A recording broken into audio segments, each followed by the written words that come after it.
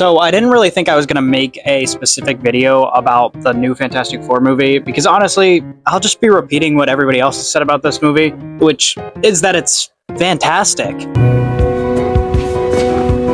Say that again? Okay, that's the first and only time that I'm ever going to do that meme. I'm not gonna keep doing that. That was my bad, I'm sorry. But what I really want to talk about is how Kevin Feige seemingly was visited by the ghosts of Christmas. And all of a sudden, he kind of came out and confirmed a bunch of different things about the MCU and the future of it. But before we get into that, good morning, afternoon, or evening, wherever you are. My name is Aiden, and if you're enjoying this video so far, be sure to like, comment, and subscribe. So with the return of the Fantastic Four, I think it's safe to say that the MCU is entering a new era of storytelling, and holy moly, it is well waited for. This is your spoiler warning for the video, by the way. I'm going to be talking about leaks and all the movies that came out for Marvel and all the movies that are going to be coming out for Marvel. So if you don't want potential spoilers, and as well as actual spoilers, come back to this video later on. Now, I've loved the MCU and its highs and lows, and it's always kept me fairly entertained whenever I watched anything. But God, the last couple of months have really showed me that specifically the MCU seems to be hitting a new stride with their consistency and putting out some very good projects. Captain America: Brave New World was entertaining and had some great action. Thunderbolts focused on telling us an amazing story about mental health and awareness around that. Ironheart introduced us to some pretty important characters and had a really gripping story. And holy moly, Fantastic Four First Steps gave us such a refreshing and beautiful new take on Marvel's first family. Specifically, the chemistry among all of these actors in these movies gave us such amazing portrayals, and it hyped me up for the future of the MCU even more than I already was. Pedro Pascal delivered such a sincere and beautiful Reed Richards, showing how much he cared about how he's perceived and how much self-hatred he actually had for himself and for the way that he is. Vanessa Kirby had a perfect Sue Storm and delivered a raw and amazing maternal instinct kind of character, but more than that, as a person, Sue felt realistic. She felt like she could get angry, and she felt like she wasn't just the poster wife. And of course, her character was as powerful as ever. Joseph Quinn's Johnny Storm was done so well. His relationships with the people around him and how much of a heartthrob he actually was so much more believable than the 2000s Johnny Storm. Also, giving him a brain to go along with all of these other attributes that he has was just the cherry on top. It really helped me see what made him qualified to be an astronaut in the first place. Ebon Moss-Bach rocks.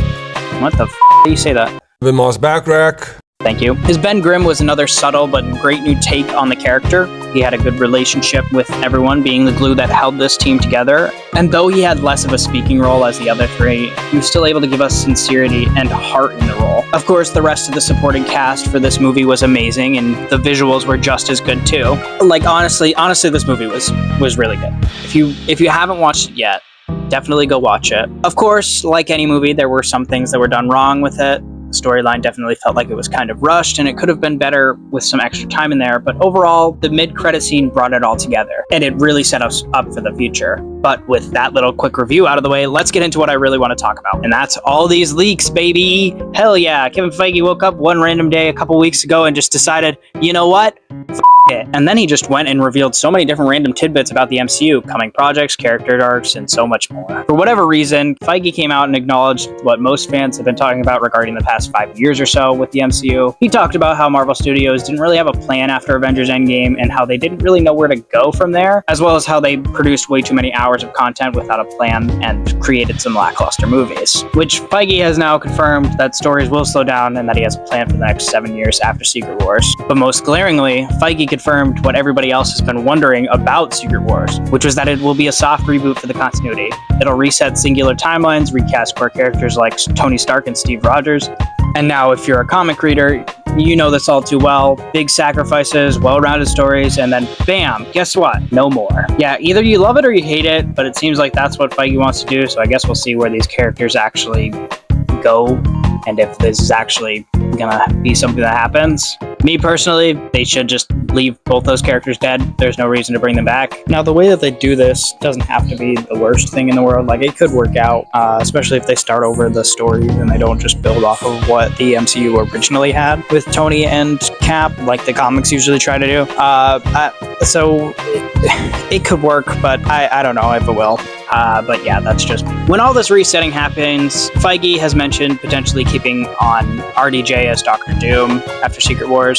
And based on how Fantastic Four ended, plus the end credit scene of Doom and Franklin, I think it's pretty safe to assume that Doom will either try to use Franklin as a way to destroy universes, or maybe just do it himself with some of his technology that he has. And I say that in quotes because Doom could just be working with other versions of himself, so it could be still by himself, technically, but, you know, whatever. Regardless, it's clear that Doom will be a factor that destroys these universes, and not Galactus, as many people had theorized. Galactus will most definitely come back in the future, but I think it's clear right now that Doom will definitely be the sole villain for Doomsday.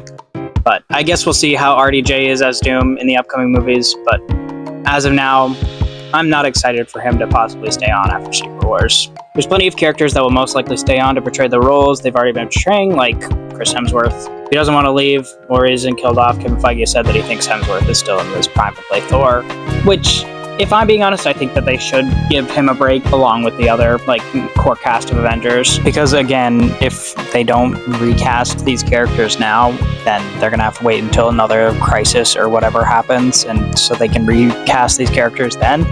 So if you at least give them the chance to jump off here, you don't have to deal with all of that later on when you want to retell stories a little bit differently with a new, younger cast. But we can also thank God that we have a bunch of news about the future of most of these anticipated projects that were in development, delayed, or just projected to come out way sooner than they actually should have, like the X-Men, Spider-Man, and even some news about Blade. But let's continue with the X-Men because their importance after this reboot will probably be more important than most of these other characters. Feige has talked about Hugh Jackman and Ryan Reynolds potentially coming back in this new reboot, and would likely be the only characters, the X-Men, who would come back as Deadpool and Wolverine, along with the brand new cast of B and C-list young actors to portray the X-Men to keep cost downs and keep the longevity of the MCU through the X-Men timeline after Secret Wars. But another thing Feige said about the X-Men is that we probably will not see Deadpool 4 anytime soon because he's in no rush to make that movie, which I'm totally fine with. I don't really care much about Deadpool, but I really want to see a new Wolverine. We've gotten one take on him in almost 30 years, and Jackman's take was great,